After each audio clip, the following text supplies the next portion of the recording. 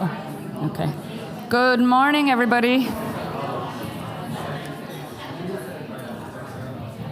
Sorry to break up gatherings and conversations, and hopefully there will be more time for conversation later on when we finish the seminar.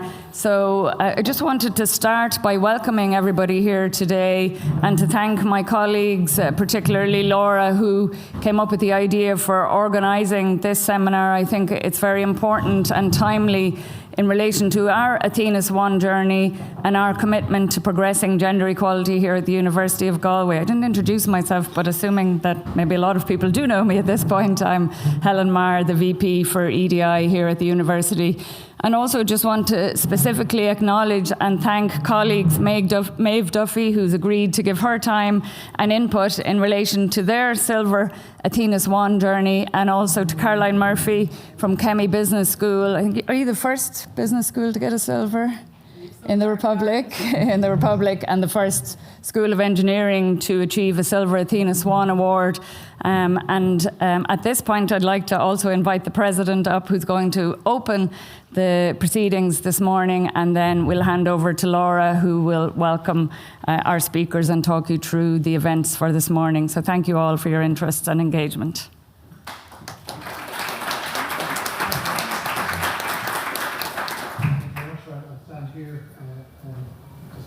Thank you all very much, and thank you to the speakers. As we know, Athena Swan Silver is a strategic ambition of ours in the current strategic plan. So this is a really important debate about how, first of all, our own schools achieved it, how others have achieved it, and then more generally the importance of Athena Swan and the effort involved. I think it would be remiss not to thank everybody for the work done so far. There's a huge commitment, as we know, to Athena Swan here. When I came here first, as you may remember, five and a half years ago, we didn't yet have Athena Swan. Where now we have bronze, school with silver, many schools renewing. Medicine at the time was the first to come in, and that has been down to a huge effort on behalf of colleagues. And I'd like to thank you for that, because I think that's something that we sometimes don't see. It's not very visible, but the attainment of Athena Swan in general then I think is something that is hopefully a great recognition of that work. But also what really matters to me is what matters in the lived experience of colleagues. So attaining Athena Swan is a great achievement, but it's only attained because of the work we do and the different experience that people have in university. And there's still, I think, part of Athena Swan's philosophy is there's work always to be done in that. So this is a continuing journey. There is a gold standard, but that's obviously the journey complete virtually. In bronze and silver, what I think is really nice about Athena Swan is it gives a sense that there is a journey here, things have been achieved, and there's still a journey ongoing. And I think for me that's an important sense of where we are as Galway. We're pushing the boundaries on some elements. I was particularly pleased, for example, that we were the first university, one of the first organisations to have a domestic violence policy, and I was then invited to a conference in Dublin to talk about it. We're now looking at starting a conversation about positive action. So at the last governing authority meeting, we talked about the gender pay gap and how frustrated we are that we're not doing better in that context, that we think that things we're doing will make a difference and they're not. And so one of the things I then asked Peter Feeney to do was to look at the possibility of other things we could do more radically. And I was surprised when he came back with some options at least. So the discussion we're having is what else we can do, pushing the envelope a little bit. And I've said if we're to be on that side of history, being radical and doing things that are pushing the boundaries a little bit of what organisations normally do, that's the side of history I prefer Galway to be on. That we're the institution which is making a difference, which is trying different things, which is being radical when appropriate, and that's a conversation I'd like to have continuing, if you like, at Both Governing Authority next week as in principle to think about what we might explore. We need to look at it carefully in the context of obviously legal obligations, but also there are obligations that we can determine around other responsibilities we have towards underrepresented groups and how we can do better in that context. So institutionally, there's still work to be done in the debate we're having. And as I say, if there's a side of history to be on, I prefer to be on the radical side that's pushing the boundary, that there's a transformation in Galway, that we're seen as a place that's out there doing something different, as opposed to something that's conventional, if you like. So the side of history I'd like to be on is that. Ideas in that context, one of the things we'd be asking for then is, are there other ideas that might be out there for radical action and what we could do within the constraints or the umbrella of what's allowable legally and what's allowable with equity and equality and so on. And then thirdly, I think there's a sense, as I said at the beginning, that we want to be, it's a strategic objective that we have silver by the end of the period. That's a lot of work, and I think today's we'll be into discussion and debate around that. I know that the EDI team is committed to it, the UNT is committed to it, and the university community is enthusiastic in this area. I met with the Minister yesterday on funding, and one of the things we're talking about is what presidents can commit to things when we know there's commitment in our own institution. Sustainability, I think, is one of those here that we clearly have a lot of enthusiasm around. And equality, gender and more generally, equality I think is another, that there was a mood here 4 to 5 years ago to make a difference in that regard. And when we talked about our values in the strategy, that was simply capturing the mood, that people wanted to be aspirational and make a statement around their values. And I think that mood is still here, that ambition is still here. It's in the room, given the turnout, great participation by colleagues, but it's also in the work we do every day that makes a difference. So I'd like to finish on that to say thank you to the speakers, but thank you to you all for the work you do, because it makes a huge difference. And we couldn't achieve what we're achieving, and we couldn't go on the journey if you weren't with us on it, and in fact pushing and challenging us on it. So particularly grateful to you for that. And I wanted to come early, just to earlier than I did. There was bad traffic and I got to another meeting across town, but bad traffic in Maeve, so apologies for being slightly delayed. But just wanted to be here to say thank you all very much, and to Tracy and also know for sure at this coming to the please support part of it as Ciarán Ó new. Thanks very much. Thank you.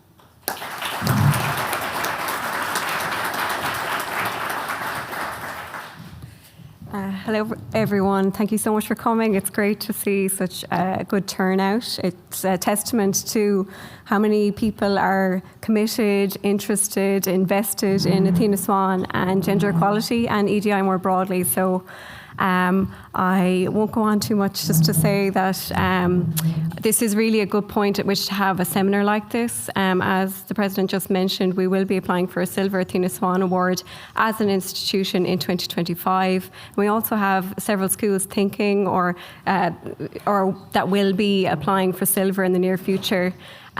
So we've got a great lineup of speakers. We have a good range of topics being covered, from focusing on the transition from bronze to silver, from investigating or giving detail on actions that have been particularly good in terms of delivering impact, and then also on the Athena Swan Charter more broadly, how it's changed over time with Sarah Fink. So we're changing the running order just a little bit. I think we'll continue with that. We had a few delays with public transport, and I think it's good to give a chance to take breath. We're going to start with Maeve Duffy. She's from University of Galway. I'm sure a lot of you are already familiar with Maeve. So Maeve Duffy is a senior lecturer in electrical and electronic engineering at University of Galway. She teaches modules on electrical power, machines and control, and her research interests are in power electronics. She is director of EDI in the School of Engineering and co-chair of the school's Athena Swan self-assessment team, who successfully achieved Silver Athena Swan accreditation in 2022 and were the first School of Engineering in the Republic of Ireland to do so. So Maeve's going to speak about that journey and the actions they implemented and the impact as a result. So, Maeve.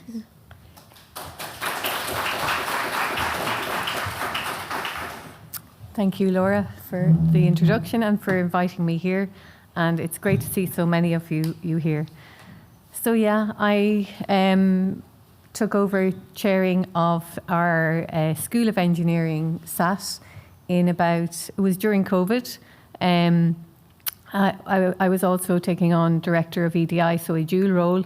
And we, at the same time, we were changing structures in the college. So we had started out as a combined school with a school of, so we were the School of Engineering and Informatics, and I see some colleagues from informatics here. And then due to restructuring, so we were planning to go for a bronze award at the time. We had previously applied for bronze unsuccessfully, but we had got very good feedback from that process. And as a result of that, under the directorship of Mary Dempsey, who was the SAT at the time, there was a very active action plan put in place. Even though we had been unsuccessful, we proceeded with our action plan. And really our success is due to the combined efforts of our previous SAT and then our new SAT, which we put together after restructuring. So a lot of our success is also due to the cohesive, committed SAT that we had. We had a very nice photo shoot after our successful award, so you can see some of the SAT members there.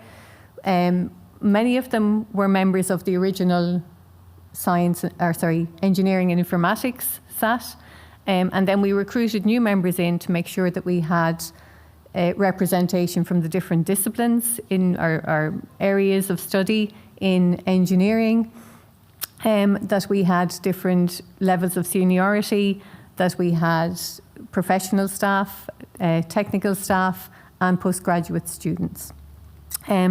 So we were working mostly during COVID online, and in a way that helped because I think people were happy to have meetings to meet other people with. But also, it helped in that we organised ourselves in individual working groups to work on different aspects. And rather than meeting together all as a SAT all the time, we broke into meetings, separate meetings to focus on the different sections of the application. The other thing I'll mention is that we were lucky enough to be one of the last applications to go in under the old framework.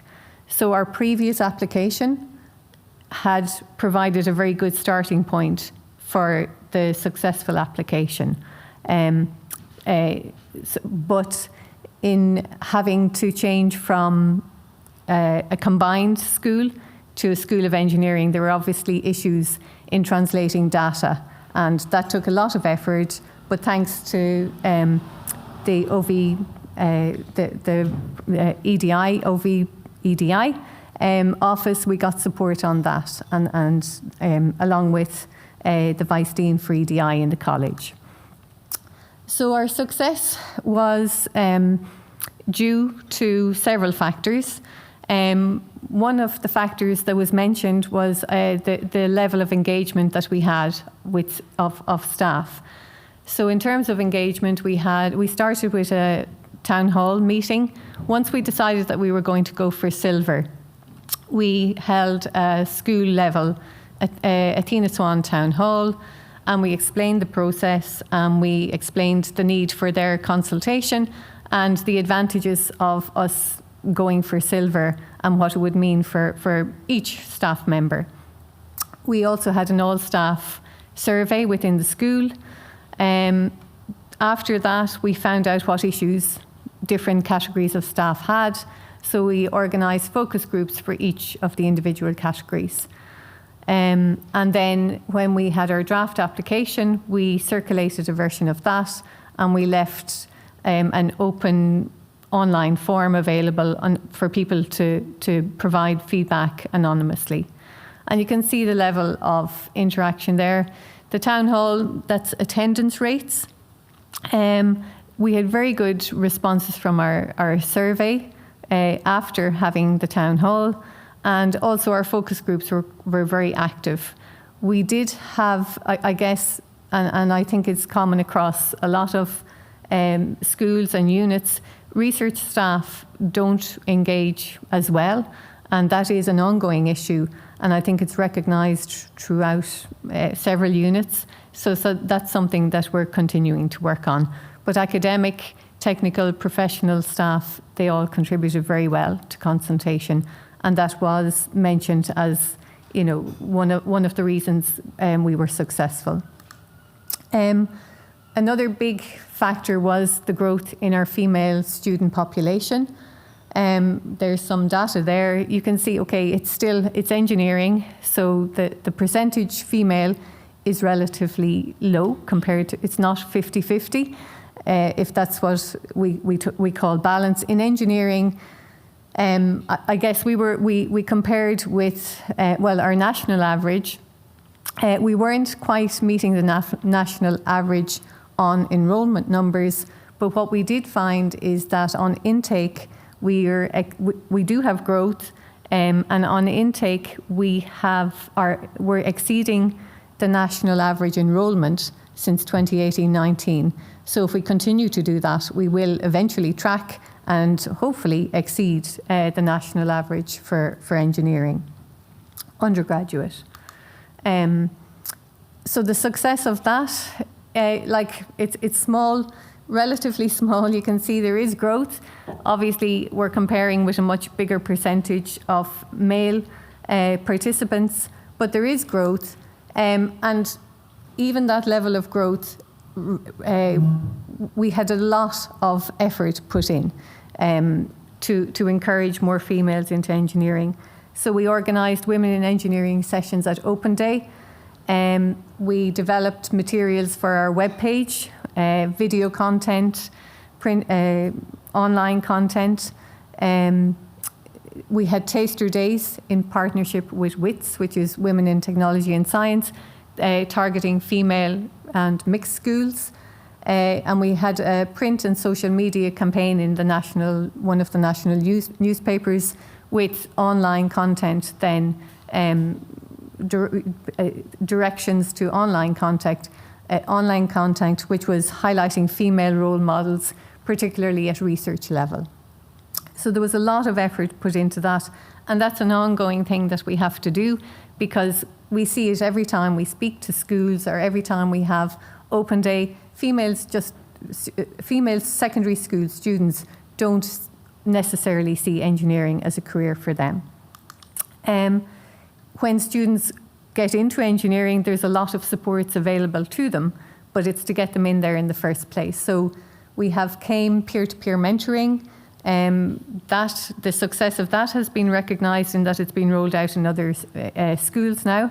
We have several scholarships for female students.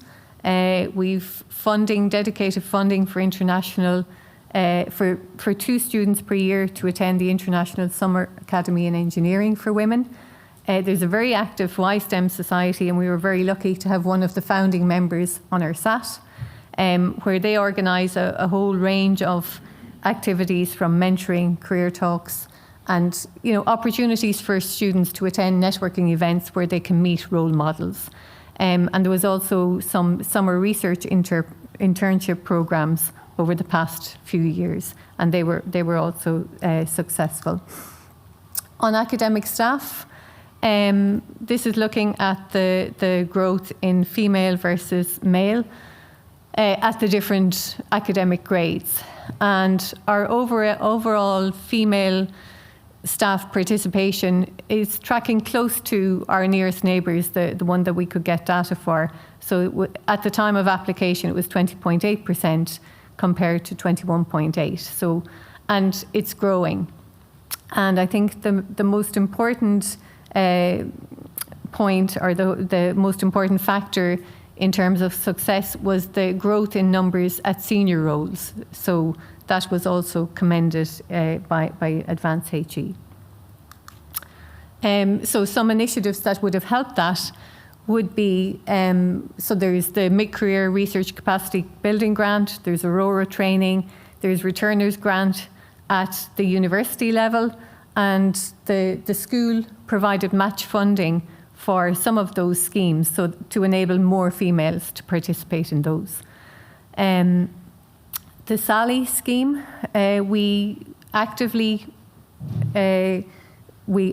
followed that in terms of the school decided, they submitted 2 applications, and if I don't remember the full details, but if an internal candidate was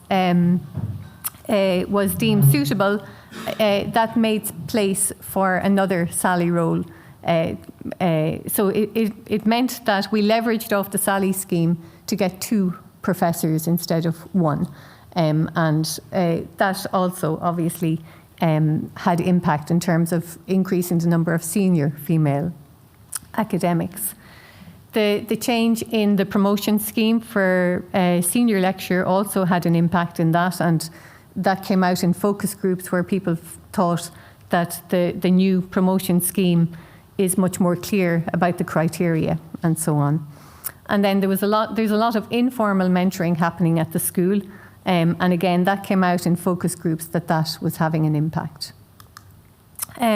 Just to show you some of the feedback then from Advanced HE on our application, the notable factors that they mentioned were that we had a high level of consultation throughout. Our female undergraduate intake has been increasing steadily, and we're surpassing the enrolment since 2018-19, that should say.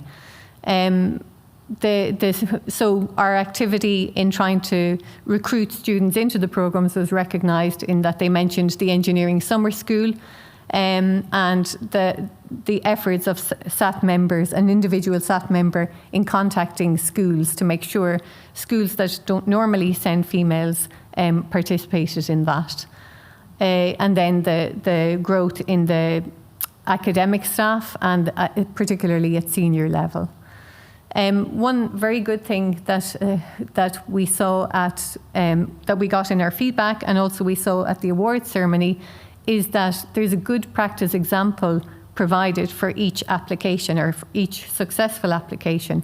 So our good practice was that the NUI Galway Organising Committee for a high-level international conference introduced a Women in STEM Support Award, where they waived the fee for 30 young female researchers. So that was identified as a good practice. And I don't know, but there are good practice there's a list of good practice for all successful applications on the Athena Swan Ireland website.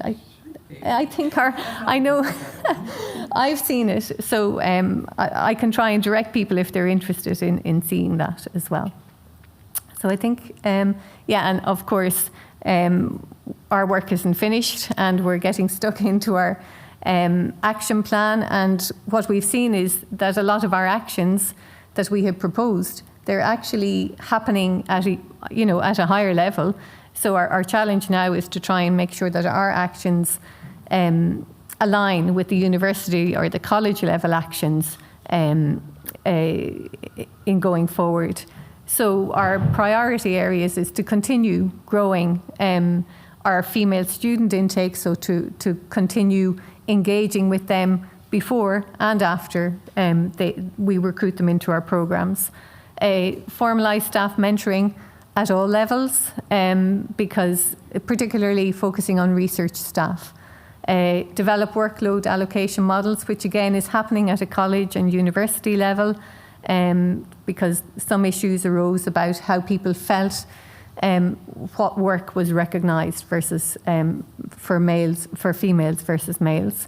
And to promote career development opportunities for all female staff, again, not forgetting the different staff categories, because it's at each category, particularly in engineering, which tends to have a higher level of male participation.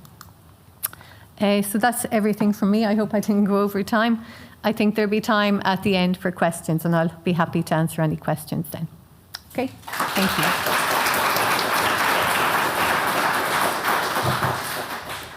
Oh, thank you, Maeve. Exactly on time, so that's great. Okay, so as Maeve said, we're going to take questions afterwards and we'll just go through each speaker and then you can have time to think about what those questions might be. So next up, we're going to hear from Dr. Caroline Murphy. She is a senior lecturer in employment relations at the University of Limerick and associate research fellow at the Digital Futures at Work Research Centre. She is director of MSc in HRM in the Kemmy Business School, lecturing in the employment relations, human resource analytics, and human resource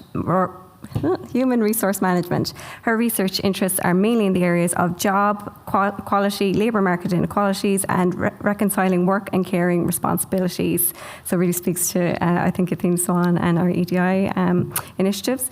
She chairs the Faculty of Business EDI Committee and led the faculty's successful Silver Athena Swan Award application in 2023, so just the last round. She is member of the University of Limerick's Athena Swan EDI Steering Committee and the Human Rights EDI and Inclusion Committee. So Caroline's going to speak about that journey from bronze to silver, so I think we're all really eager to hear from her. So, thanks, Laura. Morning, everybody. Very happy to be here this morning, and thank you all for the invitation to speak about the business school journey from bronze to silver Athena Swan accreditation. I start with this slide specifically because at times you'll hear we've been talking about Athena Swan forever. And I like to point out, we really haven't. We've been talking about it really in depth for less than 10 years in our institution and even less within our faculty.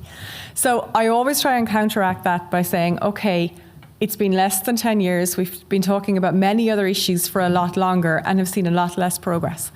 So 2015, I suppose, was when we were really, I suppose, as a business school, beginning to think about Athena Swan, because it was at that point we'd received our institutional award. And we hadn't really been on the radar, I suppose, under the STEM issues. We weren't, as a business school, seen as one of the key areas that need to be looking at gender equality. But at the time, Christine Cross was very active in our school, and she was a real, I suppose, champion of gender equality issues at the wider university level. And she really was one of the people who pushed the decision to say, actually, business schools can have an impact here. Business schools have something to say on this, and why don't we go for it? And the decision, of course, then was, well, do we go for it as a school or as individual departments? And at that point, we made the decision it was going to be a faculty application across each of the different departments of the school. So our application was made. We achieved bronze in 2019. And from there, I suppose, we looked at, okay, how are we going to implement the action plans that we had? So we had a pretty extensive action plan that I'll talk about in a little while in terms of our actions. But to put that in place, I think a number of things needed to happen. One of those was that we needed to, I think, get smarter about how we leveraged other forms of accreditation within the business school. So I would always go back when I'm presenting on Athena Swan and thank not just our own Athena Swan and EDI committee, but we have a dedicated accreditation office within our school.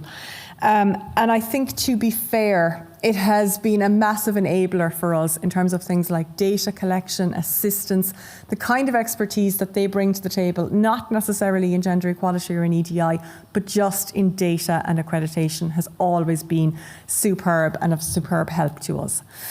Another big part, and I think possibly in terms of timing, one of the biggest things for us was that the new development of our new strategic plan happened right in between being awarded bronze and then, well, where will we go from here? Will we go for a bronze reaccreditation, or will we think about doing something more impactful and more significant? So from 2020 to 2022, that was really the point in time in which our new strategic plan was being developed, and we were looking towards our Athena Swan reaccreditation again.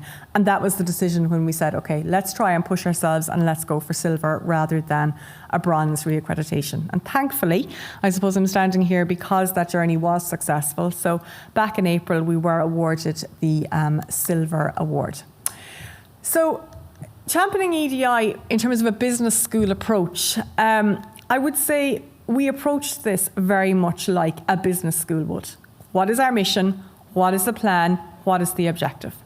So being equitable, equity was very much built into our mission for our new mission statement and for our new strategic plan. So we research, educate to create a sustainable and equitable future for all.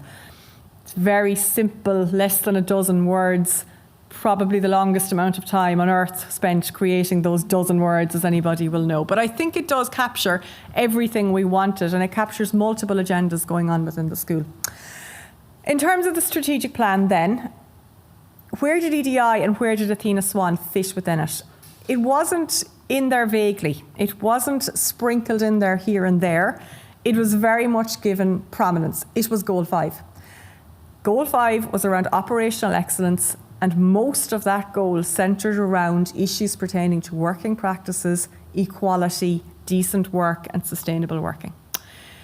And when I say it was very front and centre what the objectives were, the number one, not the number 3 or 4 or 5, but the number one objective written in black and white on our strategic plan was achieve silver accreditation. Now, I'm obviously going to run a mile the next time there's a new strategic plan developed, in case the Dean gets any ideas of writing the word gold or something like that in there. But I do think that was a major driver in terms of commitment and really stamping down a marker and saying, you know, we've put our flag to the mast here, we know what we want to achieve. And in terms of measures, the Athena Swan Silver accreditation for the school was very much seen as a measure of our commitment to equality. Within the school, I think at a faculty level, it's important, and it's probably important at an institutional level as well, even more so, but to recognise that Athena Swan and EDI are part of much bigger agendas, and they're part of competing agendas as well. So I took on the chair of the Athena Swan in 2019. So we had been awarded bronze, and then it was moving on the decisions whether we'd go for silver or not. So I took over at that point. And one of the things that was always very key to me was, where do we sit? You know, EDI and gender equality was probably, you know, very much high on the agendas for a very long time in terms of the things people talked about. But more and more, issues like sustainability, digitalisation, internationalisation, these were the things that were being talked about in corridors. These were the things that were coming up in meetings. So for me, one of my first tasks was to think about, how do we fit within that? Do we want to be another ball in that vacuum, in a sense? Or do we want to be something that all of these other things feed in towards? So I very much try to couch Athena Swan and our EDI approaches within the idea of sustainable work. So EDI is part of a sustainability framework. It's part of achieving sustainable work and decent work. So for us, you know, as a business school, SDG 5 and 8, gender equality and decent work, were absolutely Athena Swan issues, and I would always have approached them in that regard. The second issue for me, I suppose, was, you know, in terms of accreditation timelines, we were going for triple accreditation as a business school at the same time that Athena Swan was being applied for as well. So we had AMBA, we had AACSB, but we didn't have EQUIS. So that was the big outstanding issue, and that was all around internationalisation. And from a gender equality perspective, one of the things that constantly used to come up in Athena Swan conversations and focus groups, and particularly the qualitative conversations with staff, was mobility. That female staff would talk about the fact that mobility has a big reward for careers. So if you're not on a plane regularly, attending numerous conferences, if you're not doing a sabbatical, if you're not doing a research stint there or being a research fellow here, that impacts particularly as you move up the chain. And I had come from a role where I had been much more directly involved in internationalisation before this. So for me, that was one of the key things I wanted to look at, was how do we internationalise at home? So there's a whole internationalisation at home agenda around education, but there's no internationalisation at home agenda around staff. So, you know, you could say in some ways the pandemic was a fortunate consequence for me at the time, and that suddenly mobility opened up opportunities for remote working, remote roles. For example, my associate fellowship in the UK, that started off as a remote role. And it's something that, you know, we more and more encourage staff to start looking at. The other thing I would say about Athena Swan here is we very much took this as interpreting it the same as we do with all other accreditations, as very much a standards-based award.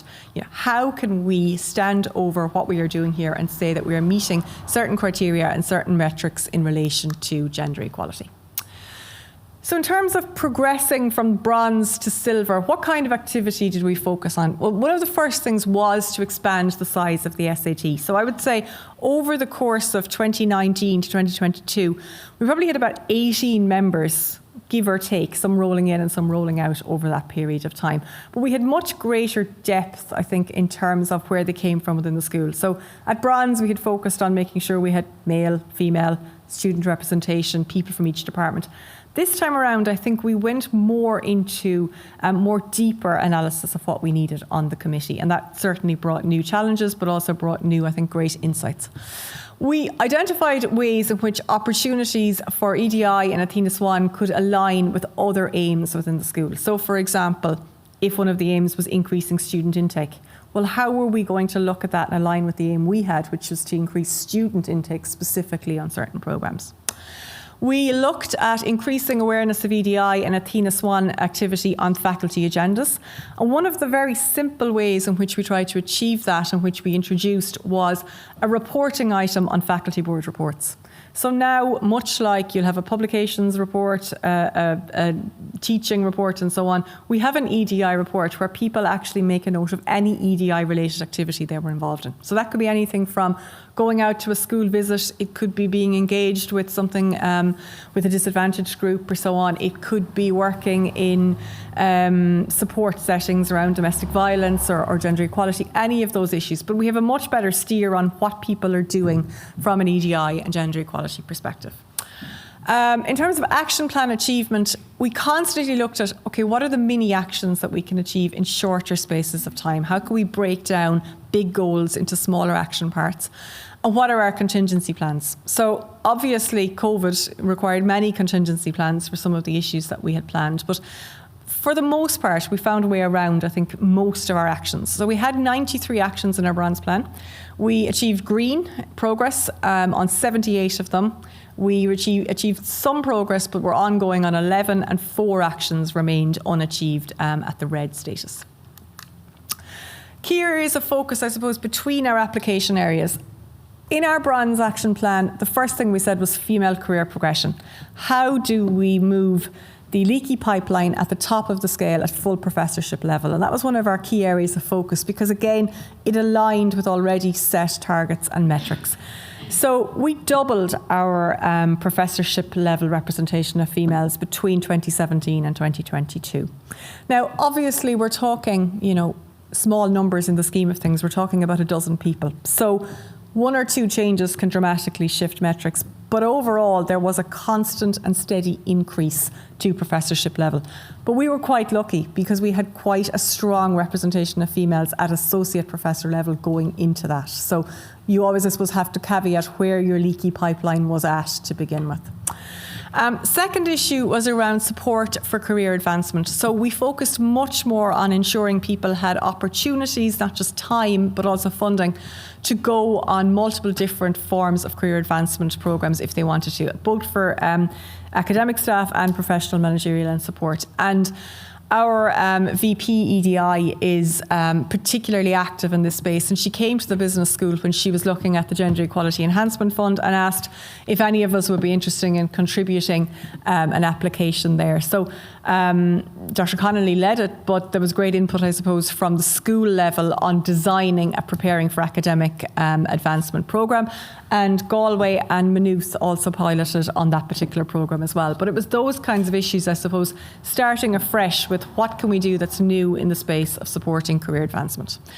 One of the final issues we wanted to look at was female student enrolment and attainment rates. And again, as a business school, we wouldn't have, I suppose, had a major issue in terms of female representation, but we were lower than typically might have been expected back in 2017 at 40%. And we managed to increase that to 51%. But what was particularly important was we didn't just increase that in a blanket way. We increased that through targeting the areas of business where females were underrepresented, and typically they had been in our economics fields and more finance-driven areas of the school.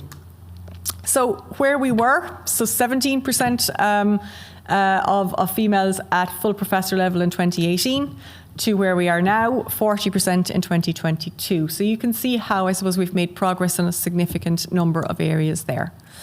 Key lessons, I would say, along the journey: timelines, time management, timing.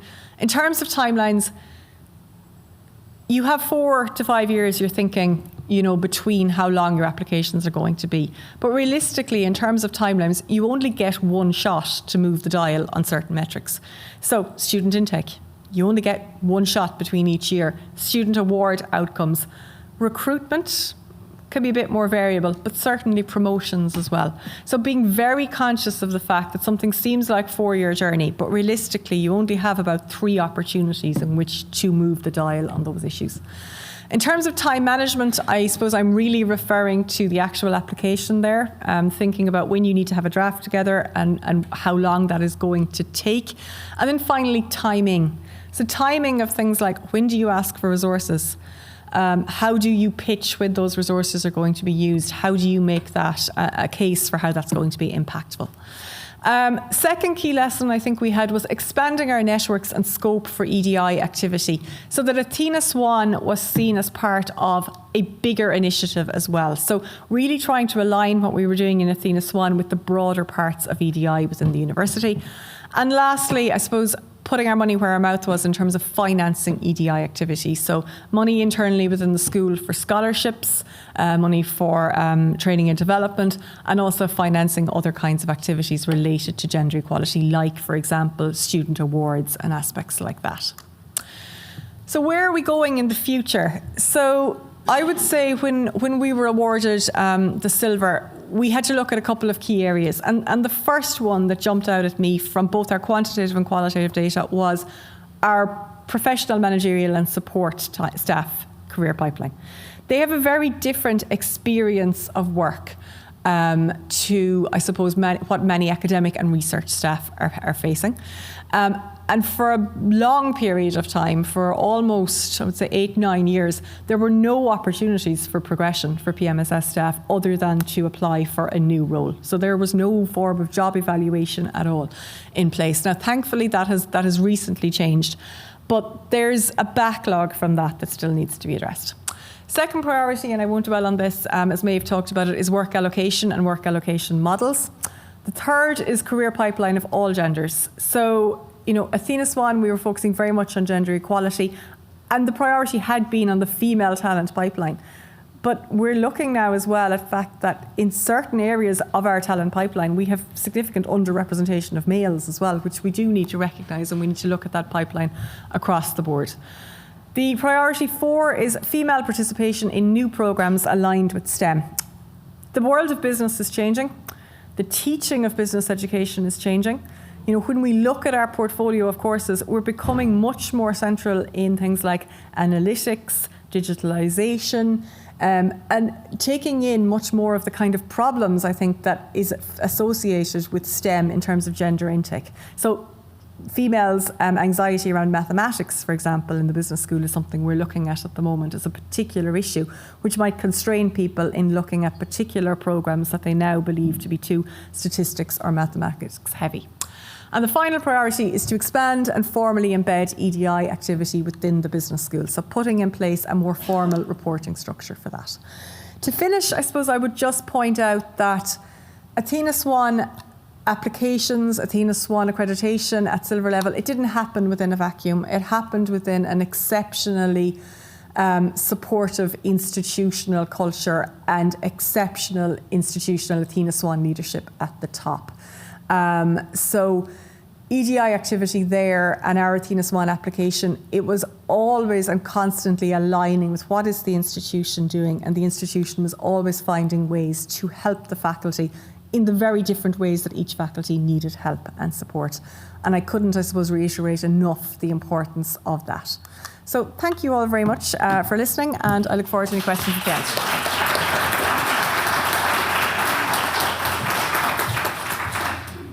Thanks very much, Caroline.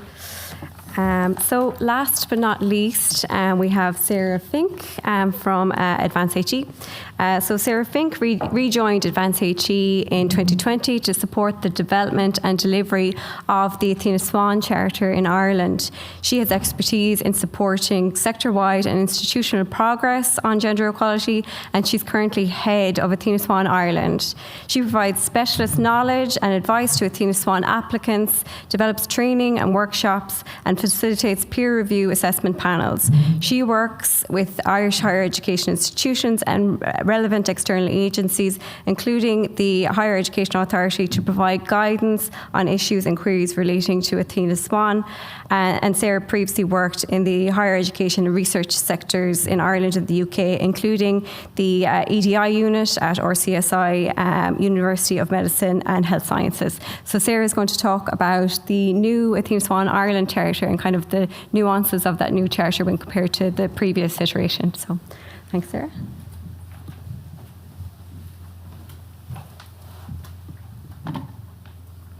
Hi everyone, thanks so much for having me here today. Yes, so as mentioned, I'm going to give a little bit of a summary or background around the new Athena Swan Charter for Ireland. I'll talk through the specific criteria for Silver. As compared to the previous iteration of the Charter, we've taken some steps to try and quantify what we expect in terms of impact that you would demonstrate. And I'll also discuss where on the application form that you would highlight this in particular. And then if we have time, I'll go through a case study of what success looks like, but you've had some good examples this morning, so I might not spend too much time on that.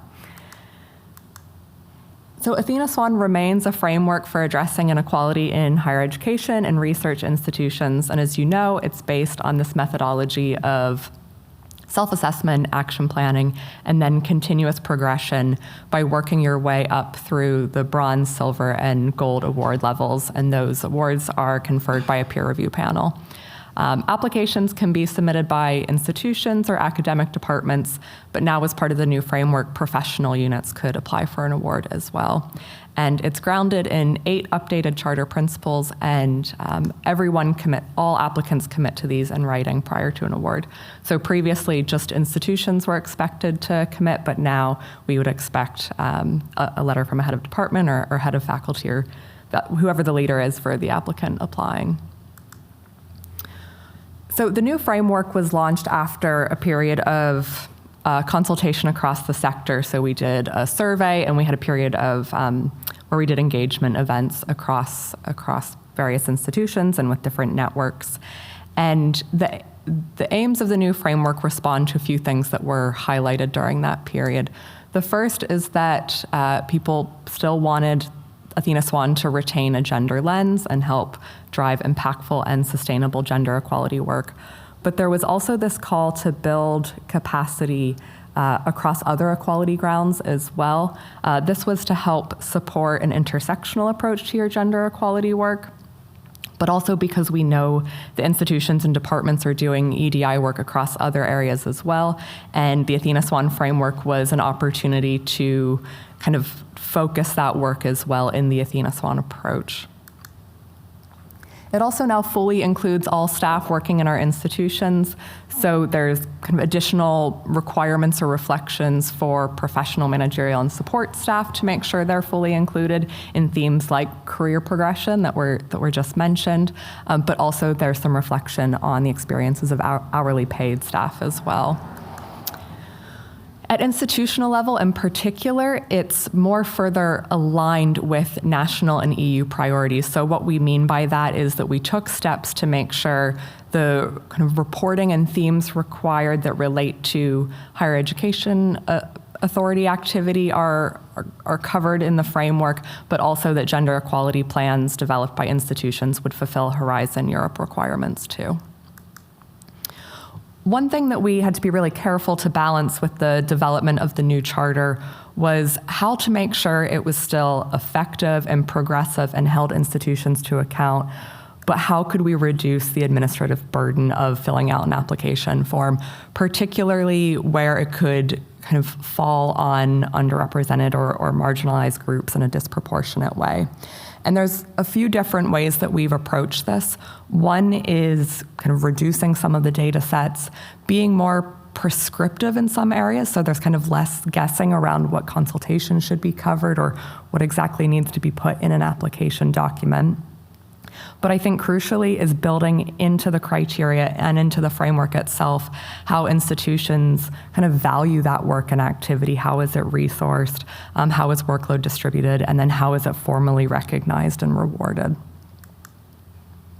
So the new framework still follows the same approach of collecting data, analyzing and reflecting on it, identifying your issues and opportunities, developing that SMART action plan, and then for Silver, demonstrating progress and success. And I will kind of define these for you in more detail in a moment.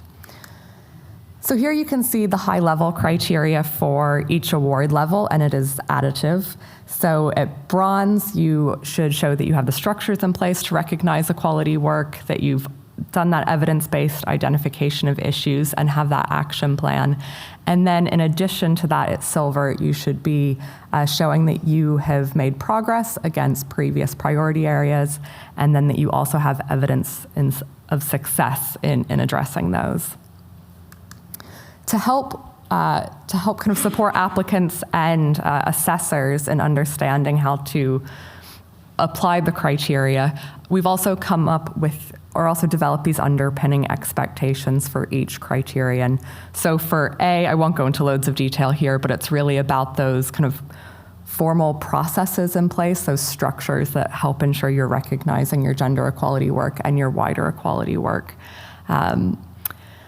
One thing I will say about the new framework too, and this sounds very maybe silly and simple, but just make sure you read the application prompts and the application form itself. I think the previous iteration of the charter, the questions were kind of broader themes, and sometimes there could be a little bit of guessing around what type of benchmarking was required, what sort of consultation should go here, what exactly is the data that the form is asking for, whereas now we have tried to be a little bit more prescriptive in hopes that it's clearer.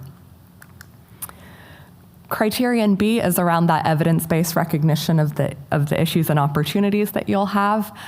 So it's collecting the data that we ask for, and then this evaluation piece around looking at your policies and your practices and your culture comes from the consultation activity that you're expected to do. So there is a consultation template that we provide that covers the sorts of questions or themes that you would explore in your surveys or focus groups or interviews or whichever approach you take. The other thing that's different about the new charter is this emphasis on identifying key priorities. So institutions will identify up to 10 priority areas across gender equality and other equality areas. And then departments are expected to have up to 5 key priorities. And our reason for this is it makes a difference when it comes to identifying impact in the future, but also trying to move away from very large, unwieldy action plans that we saw come through in the earlier iterations of the charter. So criterion C is around having a SMART action plan that addresses those criteria, and then having actions that will help you develop capacity across additional equality grounds. So you'll see that a lot of the data, or the majority of the data that's asked for, is about that gender lens, but there are kind of data and narrative prompts throughout the application where you can start to think about and build in that more intersectional approach or other equality areas that you're looking at. So now on to kind of the silver point. So it's expected that your previous bronze action plan is either underway or completed. Really, it's about kind of that you've evaluated that previous action plan and have kind of superseded it with a new plan for the future. So you'll include a RAG-rated copy of your action plan and some narrative evaluation, and I'll say a little bit more about this in a moment. Now for silver, we're expecting, so to hit that silver threshold, you have to meet criterion E, so that's evidence of success. And what we're looking for here is evidence of desired outcomes and impacts against 2 of the previous priorities. So if you were on the old framework and you're moving to silver, you may or may not have identified priority areas in your previous action plan. So I would encourage you to think about, what were the 5 themes or priority areas that we were working on. You might be thinking about those retroactively, and then which 2 would you be aiming to show impact of? So to help demonstrate that you are making progress and evidencing success, it really comes down to evaluating your action plan and making sure that the actions you took are indeed the right actions. This is important not just really because it's about how Athena Swan is a sector-wide project, and it's helpful to identify good practice that other departments or institutions can apply in their own contexts. So I won't spend loads of detail going into RAG rating your action plan. I think it's largely self-explanatory, but probably up to some interpretation as well. Overall, I think what's important to think about when you're providing a copy of your previous action plan is that what I say to panels and panelists is that's really meant to be a reference document, and I would expect applicants to go into more detail in section 3, where there's these narrative prompts where you can reflect on how action implementation went, what were sort of the barriers and facilitators to success, and what have you learned from this. And looking at the bronze renewal applications that we've received and the upgrades to silver, this has been a really kind of important and illuminating section of the application, particularly where applicants have been really frank and honest about the challenges that they've identified. This is important because it helps the panel understand why the new action plan looks the way it does. It's also helpful for Advance HE because it makes sure that we can ensure the charter is responsive to the sector needs and that we're kind of setting the right threshold for progress and success. And then for meeting criterion E, there's a specific narrative section in the application where you will provide evidence of this. And of course, we expect to see qualitative and quantitative data to help evidence the impact, the examples of positive outcomes and impact. The reason that I wanted to highlight this today is there is a very specific section where you should talk about this impact. In the previous iteration of the charter, there was an expectation that you'd be demonstrating impact throughout the entire application form, but here we want you to be able to kind of focus specifically on the success in one area of the application form, kind of if possible. So what it looks like in practice is, the first thing I say, it's going to depend on your previous action plan and what your success measures were. So what were the indicators that you set for yourselves to help you understand if your actions are having their intended effects? So you'll have a lot of outputs likely, so the activities and initiatives that made up your action plan, they're generally straightforward to report on. They either happened or they didn't. You'll also probably have outcomes that will help you demonstrate if those outputs are working appropriately, and then impact is the positive change as a result of those actions. So the outcomes and impact are the important point for meeting the silver threshold. So for example, if there was an issue around whether or not an institution or department was considered, a supportive place for parents and carers, there might have been a whole suite of actions, and one could be that a parents and carers network was established. That's the output. Just saying that was established wouldn't be enough to meet the silver criteria. You'd want to have some evidence of network activity and staff engagement, so maybe uptake of particular activities. And then impact would be something like, alongside this and other initiatives, are you able to see an increase in the proportion of staff reporting that the institution is a supportive environment for staff with caring responsibilities? So just to kind of quickly talk through an example taken from another silver application that we had, there was a priority identified around encouraging female junior cycle students to choose physics for senior cycle. This was an interesting example because they had a range of approaches, some in the shorter term and some longer term. So they had an outreach program that was very detailed and broad. They also introduced a professional diploma in teaching physics with the aim to increase the number of women teaching physics, so taking this kind of longer-term role model approach.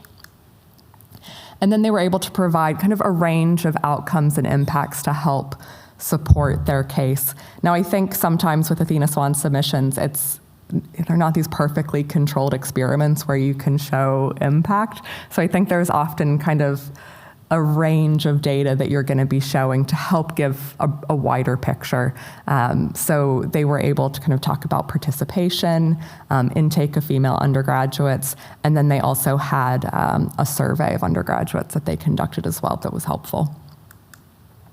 So just a few further resources I wanted to highlight. There's a research and data briefing that Advance HE developed. It's not specific to Athena Swan submissions, but is useful if you're just trying to kind of structure your thoughts around evaluation. And then we also have a topic guide that we developed specific for Athena Swan applications as well. So thank you. I'll leave it there.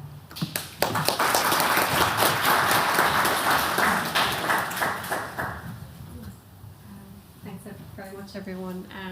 So everyone kept to time, which was really great, which means we do have time for questions. So does anyone have anything? Yep.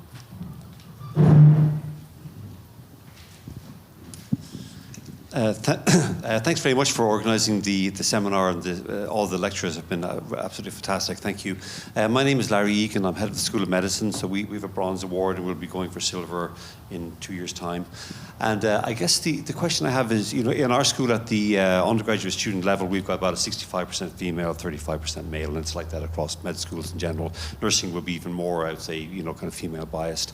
I mean, would we need to be seen to be doing something to increase our number of male students? Is that something that would be essential, or is it kind of accepted that's just the way it is in healthcare kind of schools?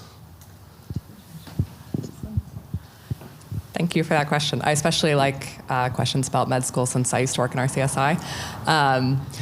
So I think a few things. I do think there's an expectation set not just by Athena Swan, but by some of the kind of reporting and expectations coming out of the HEA that we're looking for kind of 60-40 thresholds to consider something gender equality or meeting gender equality.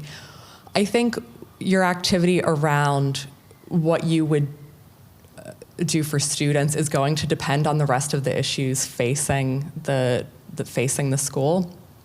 So I think there's an understanding that if you're developing up to 5 key priority areas, there might be more pressing concerns that will make up the majority of your action plan, but I would expect there will still be some activities underway to think about that intake for students. I do think it is trickier, sorry, I hope I don't go on too long answering these questions. I do think it is trickier probably for disciplines where the underrepresentation is for male students, and I think that relates, I don't know if it's quite the issue for medicine, but sometimes just kind of the overall value of certain fields means that like the way we approach our analysis of gender for those disciplines looks a little bit different. But I would say it's something that you should keep an eye on. It might not be one of your key priorities. You'll see when you kind of go through the kind of your reflection on your wider data that you look at, I think. I hope that was helpful. More questions?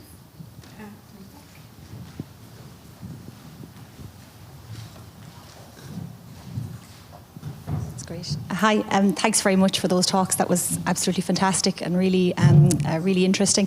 My name is Sandra Galvin and I'm the chair of the School of Nursing and Midwifery EDI and soon to be reformed SAT come September time for our next application. So we have a bronze award which was awarded in 2020. Just some of the points I was thinking about as you're speaking, just to come on the last point there, Sarah, we're School of Nursing and Midwifery, so you can imagine there we have a great example of, as I was just saying to Patricia, the global issue around male representation in these healthcare fields. And we've had to work with trying to create an understanding and an appreciation that it doesn't matter if you go looking for the males out there, you have to have a cultural shift. which is hopefully something that will happen, and we've spoken at a college level about maybe some research underpinning that and areas in that. Just coming back maybe to both Maeve and Caroline's talks. So I'm chair of the committee, but I'm also a contract researcher working in the university. So the areas for recruitment and career progression for researchers, that's something I'd love your thoughts on.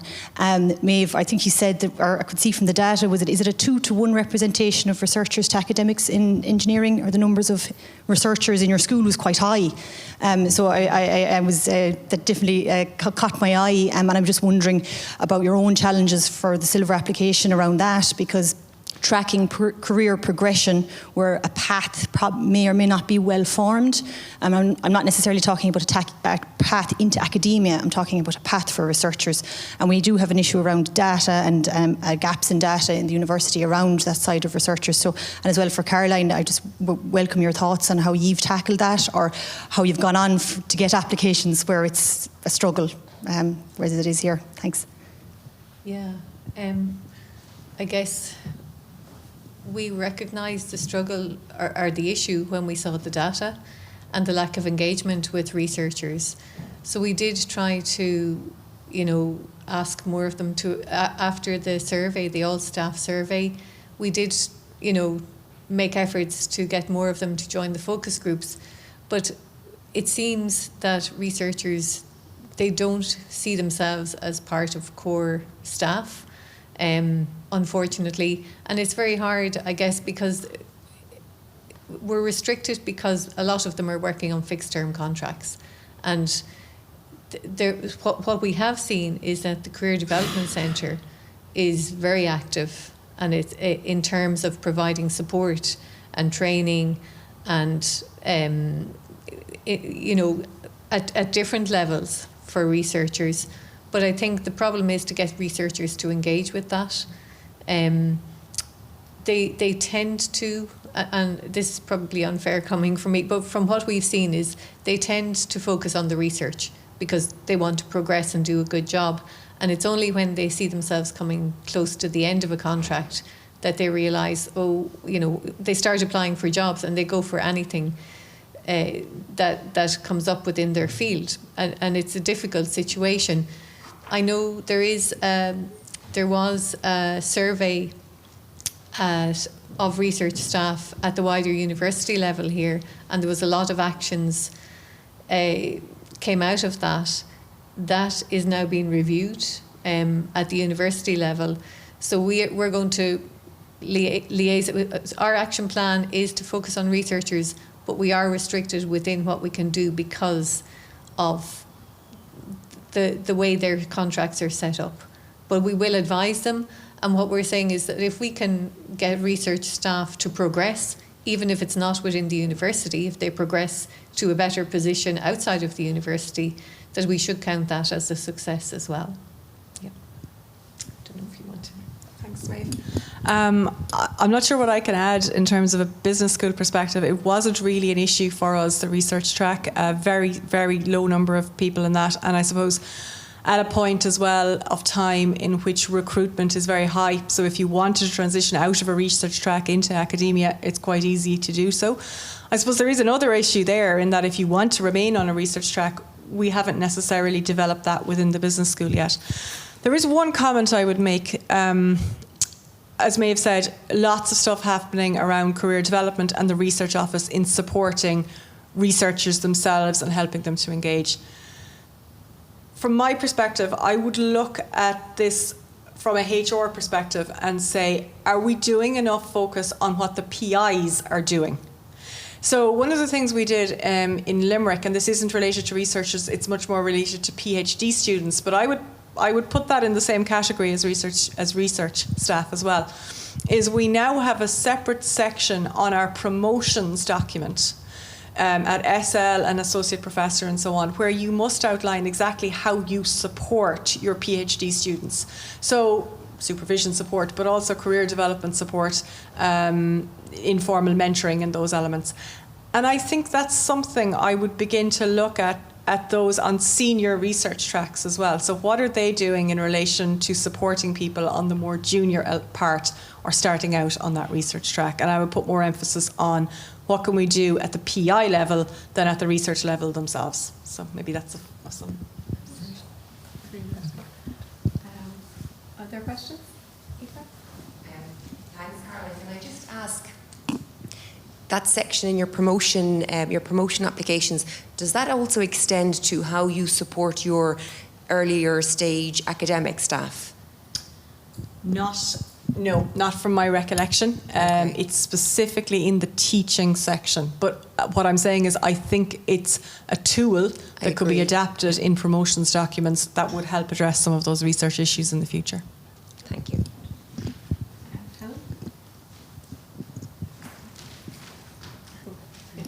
Thanks very much for organising it, and the panellists, Alma McCarthy, the head of the School of Business and Economics. We have bronze award. If you apply for the silver, so we've won bronze, or one iteration of it. If you apply for silver and you don't get it, do you get awarded bronze, or are they two entirely separate things? So you can still be awarded a bronze renewal. There's separate criteria that I didn't go through today for bronze renewal. It's basically that if you met criterion D, which is having an action plan underway or completed, you could meet the bronze and be awarded a bronze. If you didn't meet, so say you went for silver and they deemed you not eligible at that level, can they award the bronze? Yes. Yes. Okay. And does that happen, or? Yes, it's happened. Okay. Yeah. Okay, thanks.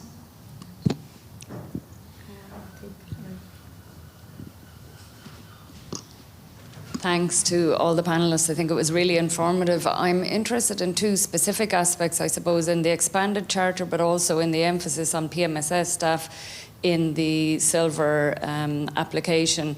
And just, I suppose, initially to ask both Maeve and Caroline about that emphasis on PMSS staff, and I saw it as one of your priorities. I was thinking it in the back of my mind as you were presenting as well, Caroline, but I saw that emerge as one of your priority areas of emphasis.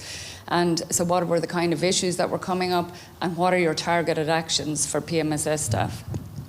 Thank you. So the kind of issues, I suppose, that were coming up were issues around and this goes back to what I to start off that point, I talked about other things like digitalisation, for example.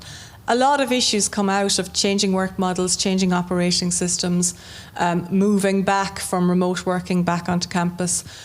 Issues around career progression, the feeling that there isn't the same opportunities if you're in PMSS roles. And then I think comparisons between, and this is a tricky element, but we tend to treat all academics as academics. But within PMSS, there's very different situations if you're in an actual operational function versus if you're in a support role within a faculty. So they tend to have quite separate issues to what, say, somebody working in IT or finance might have. So in terms of support actions, we've looked at issues around career development. We've looked at issues around supporting job evaluation. We're looking at issues as well around things like supporting our flexible working patterns. So there's a lot of ongoing work around actions in those. We probably have, I'd say, a substantial part of our action plan. And we've less actions this time. I think we've around 50. But I would say there's probably 10 to 12 that are focused in on that group in various different ways. Personally, one of the things I would like to see as well within our own SAT and within Athena Swan more generally is some of the PMSS staff have been exceptional in the support that they've given to Athena Swan right from day one, from the bronze application. And even when they weren't necessarily the focus or recipients of the changes that were going to come, they were really open to seeing the wider benefits that could be achieved. I would like to see, and personally something I'm trying to champion right now, is I'd like to see professional, managerial and support staff leading Athena Swan. So not just being part of SATs in faculties and so on, but actually being co-chairs or leads of SATs. And that's something I'd really like to see emerge in the near future. So that might be an action in itself. Great. You want to respond to that? I'll just give a quick, to explain. In engineering, we had 2 categories of PMS staff. We had admin staff and technical officers. For the admin staff, the big issue they have in terms of career, or that they did have in terms of career progression, was that if they went for a role, it was usually outside of their original unit, and that had impacts both on the unit, because they had a lot of learning, and also on them personally. They had to leave their kind of crew and go to another one. But a lot of people do. So that was one issue. But I think that has been solved quite a lot with the job sizing. For technical staff, the main issue is the lack of progression opportunities. And I'm not sure what we can do about that at a school level. I mean, we're going to encourage our staff to train, to continue training and do career development training, have mentoring there for them. But I guess that has to be at a higher level, the career progression path for technical officers. So. Could I just say on that recently at the HEA's National EDI Committee, we had a presentation from the Technical Staff Network in the UK, of which some Irish technical staff members have already engaged with, to look at how they would learn from that in terms of career development and establish a similar type of representative organisation sector-wide, which may be of some value to technical officers to, I suppose, lean out, engage with that, and then lean back in and see what the learnings could be sectorally and institutionally in the Irish context as well. Yeah. Just I'll send on that information. On that would be good. Could I ask the other question, which was around the intersectional aspect? So the expansion of the Charter under the new framework to be cognizant of the wider equality grounds in, I think, a more meaningful way, so specifically with that focus on intersectionality. So, and I know you've only probably, it's the first round that you've had that has been the only submission. I think under the previous round you could submit under the old or new Charter. So what are the kind of issues that are emerging there? And Caroline, also you would have had to address intersectionality, but are you seeing any commonalities in terms of data? What are the areas of emphasis and the responses? Yeah, there's a lot of common themes coming up with the applications that we've seen come through so far and the questions that we get. I think, data continues to be a huge challenge, particularly kind of disclosure of other equality grounds within kind of staff data systems or within consultation activities. And that's across the sector. Even just having data systems that kind of capture these appropriately has been a challenge. I think kind of one challenge that we've seen is institutions are, I think it comes down to resourcing, really. There's when institutions dig into the consultation piece and they look at kind of staff feedback on their sense of belonging or career progression opportunities or whatever it is across different equality areas, I think there's still a kind of a huge amount of work to do. So I think just getting to grips with where to start is difficult. I think what institutions are doing in response to that is aligning activity to the work coming out of the Higher Education Authority. So, for example, looking at the Race Equality Implementation Plan. For departments, it looks different how we ask about this, the intersectional piece in departmental applications. Really, the emphasis for them is on how do they kind of engage with and support institutional activity that's already underway. So that would probably be the theme that's come out of recent applications, is that departments might have their own challenges when it comes to the intersectionality piece, but really their kind of ability to make progress will depend on kind of how developed the institutional approach is. Helps. Yeah, I think I would reiterate that from our application, our focus was very much on how do we interpret intersectionality at the school level in supporting the university's initiatives. So from a business school perspective, I think race was probably a major factor for us because we're very internationalised. So it was the kind of things we were doing in our application was evidencing what we do to support that at the school level. And also things around inclusive teaching, universal design for learning, those elements. But we very much, as Sarah said, took the focus on what's the university and institution's priorities, and how do we live that then in the faculty. Okay, I think we have time for one more question. Oh, Deirdre, great, go ahead. Hi, everybody. My name is Deirdre Curran. I am Vice Dean for EDI for the College of Business and Law here. And this has been really informative, so thank you to all the panellists and to Laura for organising. I have a very specific question for Caroline, but before that, I'm really glad that the issue of researcher involvement has been raised.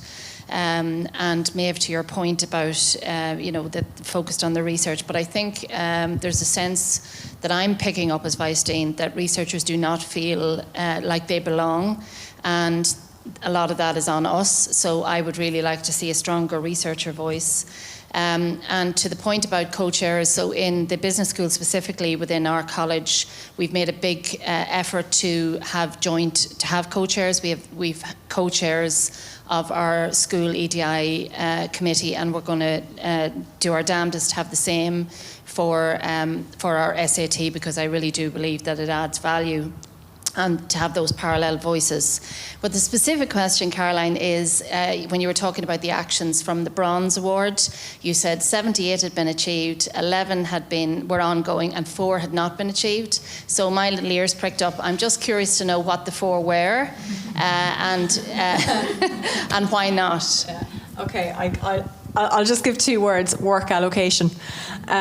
So the 4 were 1 in a sense, because they were 4 actions which all revolved around the inception of a new workload allocation model at the institutional level, which, although piloted in one faculty, not ours, didn't make it to full implementation phase. So, I suppose not to sort of shirk responsibility, but it was very much an institutional decision. There was nothing we could do around that. Now, we do in the business school have a form of a WAM, just not the electronic form of WAM that the university was planning to roll out. But we could make progress on those actions, but not specifically in the way that we had planned. Yeah. Okay, so we might just leave it there with a final thanks to our excellent speakers and for all your questions as well. So we'll see